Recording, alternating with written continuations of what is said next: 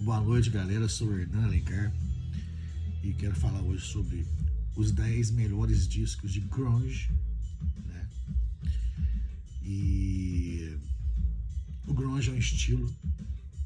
Aliás, o grunge nem é um estilo musical, né? O grunge tem a ver com a cena. Porque as bandas eram muito diferentes entre si, essa é a realidade. As mais famosas, por exemplo, o que de similaridade tem o Alice in Chains com o Nirvana, por exemplo, ou com o Pearl Jam? Não tem nada de similar, totalmente diferente. Você colocar uma coletânea de Pearl Jam, Nirvana e Alice in Chains e Soundgarden também, você vai ver que são bandas totalmente diferentes, né? Mas é uma cena que foi criada em Seattle. Inclusive o Nirvana nem era Seattle, o Nirvana era de Aberdeen, que é uma cidade pequenininha, encostada ali.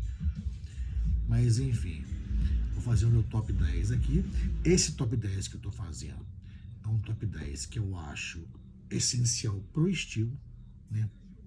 Pra cena, seja o que for. Não quer dizer que são os discos que eu mais goste, mesmo porque o gosto da gente muda com o tempo, né? E hoje, por exemplo, eu gosto muito mais do Bleach, do Nirvana, do que do Nevermind, por exemplo. Eu não consigo ouvir Nevermind mais, porque o Nevermind tocou tanto que a gente não consegue ouvir mais, né? Mas esse top 10 vai ser em relação aos discos que fizeram a diferença na época, né? Voltando aqui, porque gosto pessoal é outra situação. Eu vou fazer ainda uma lista com os 10 discos que eu mais curto, eu mais gosto do grunge, né, assim.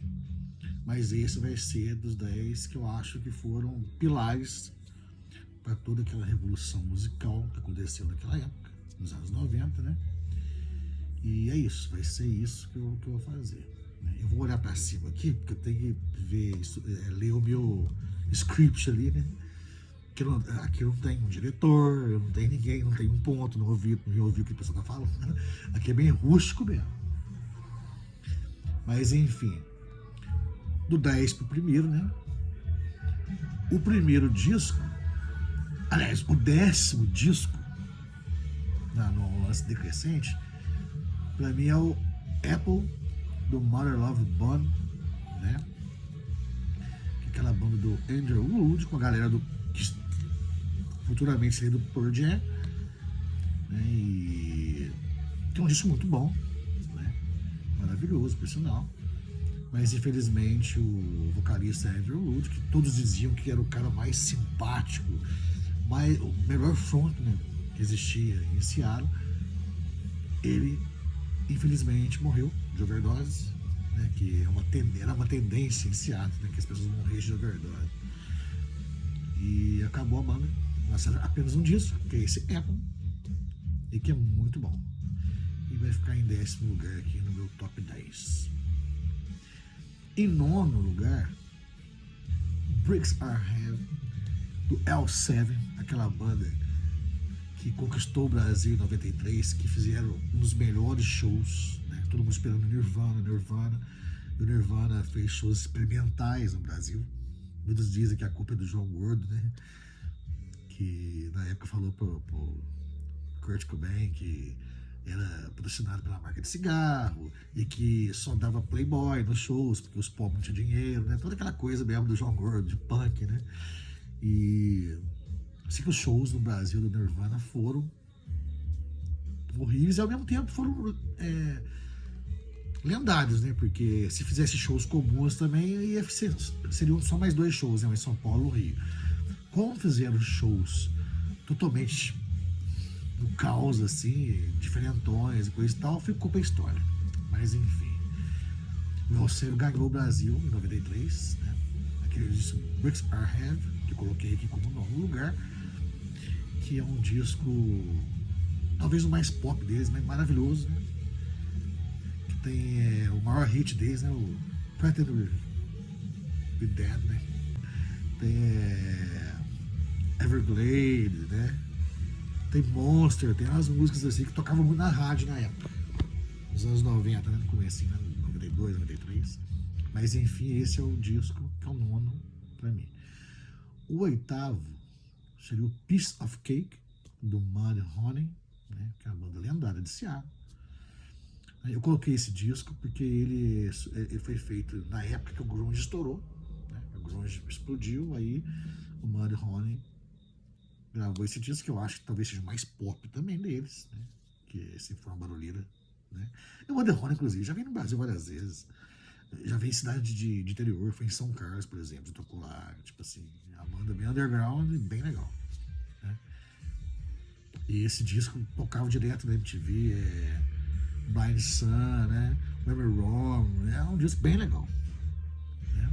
Suck It Dry.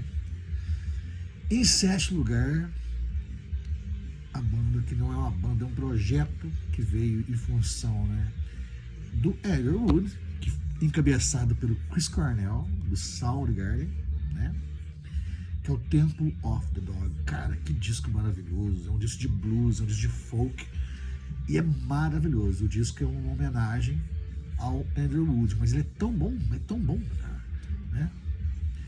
Tem Wood and Jesus, tem Chance of Troll, né? E tem a música que ele canta, inclusive, junto com o Eddie Vedder, que estava entrando no Pearl Jam, né? Que seria a banda do My Love Bone, que é Hunger Strike. Um disco maravilhoso. Pra mim era disco de cabeceira. Tá em sétimo lugar, pra mim. No sexto lugar, é uma banda que não é de Seattle, né? Mas que tem a ver com o estilo, que som pesado, de garagem, coisa e tal. E esse disco, pra mim é maravilhoso, que é o Core, do Stone Temple Pilots, né? Que pra mim é um descasso e tem muito desse lance, desse som de Seattle, assim, de garagem, coisa e tal.